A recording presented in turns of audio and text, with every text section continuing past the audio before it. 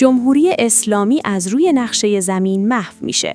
دیشب رأس ساعت 9 شب ژانویه 2026 به وقت واشنگتن، دونالد ترامپ در مصاحبه با شبکه نیوز نیشن جمله‌ای را بر زبان آورد که تمام معادلات دیپلماتیک دهه‌های اخیر را به زباله‌دان تاریخ فرستاد.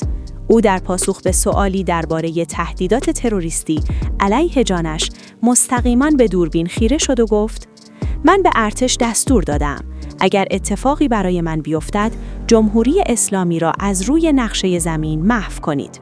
ما دیگر هشدار نمی‌دهیم. ما کل کشور شما را منفجر خواهیم کرد. طبق گزارش اختصاصی وال استریت جورنال، این سخنان تنها یک بلوف سیاسی نیست. اسناد فاش شده نشان می‌دهند که ترامپ طرح‌های عملیاتی تعیین کننده را امضا کرده است. این طرح‌ها شامل موارد زیر است: حملات پیش‌دستانه.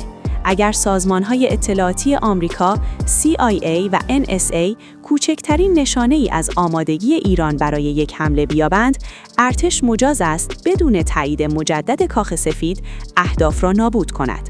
تعیین 1500 هدف استراتژیک. لیست اهداف از تأسیسات هسته‌ای فراتر رفته و شامل تمام پل‌های ارتباطی، نیروگاه‌های برق و مراکز فرماندهی سپاه پاسداران در سراسر ایران است. هدف فلج کردن کامل تمدنی در عرض کمتر از 48 ساعت است. بخش تکان دهنده مصاحبه نیوز نیشن جایی بود که ترامپ از یک مداخله مخفیانه پرده برداشت. او ادعا کرد همین هفته پیش آنها قصد داشتند 837 نفر از معترضان را در یک روز اعدام کنند تا ترس ایجاد کند. من پیامی برای آن فرستادم، یک پیام بسیار خصوصی و بسیار خشن. به آنها گفتم اگر این اعدام‌ها انجام شود، همان روز پایانی حکومت شما خواهد بود. آنها ترسیدند و اعدام‌ها را متوقف کردند. این نشان می‌دهد که ترامپ حالا حقوق بشر و اعتراضات داخلی را به عنوان یک بهانه رسمی برای درگیری نظامی پذیرفته است. در گزارش‌های تکمیلی ژانویه 2026 مشخص شده که تیم ترامپ به دنبال یک فشار همه‌جانبه 360 درجه است. ترامپ تاکید کرده که پنتاگون و شرکت‌های خصوصی مانند استارلینک موظف شده‌اند بر فضای آسمان ایران دسترسی غیرقابل قطع را ایجاد کند. او گفت ما نمی‌گذاریم آنها مردمشان را در تاریکی بکشند.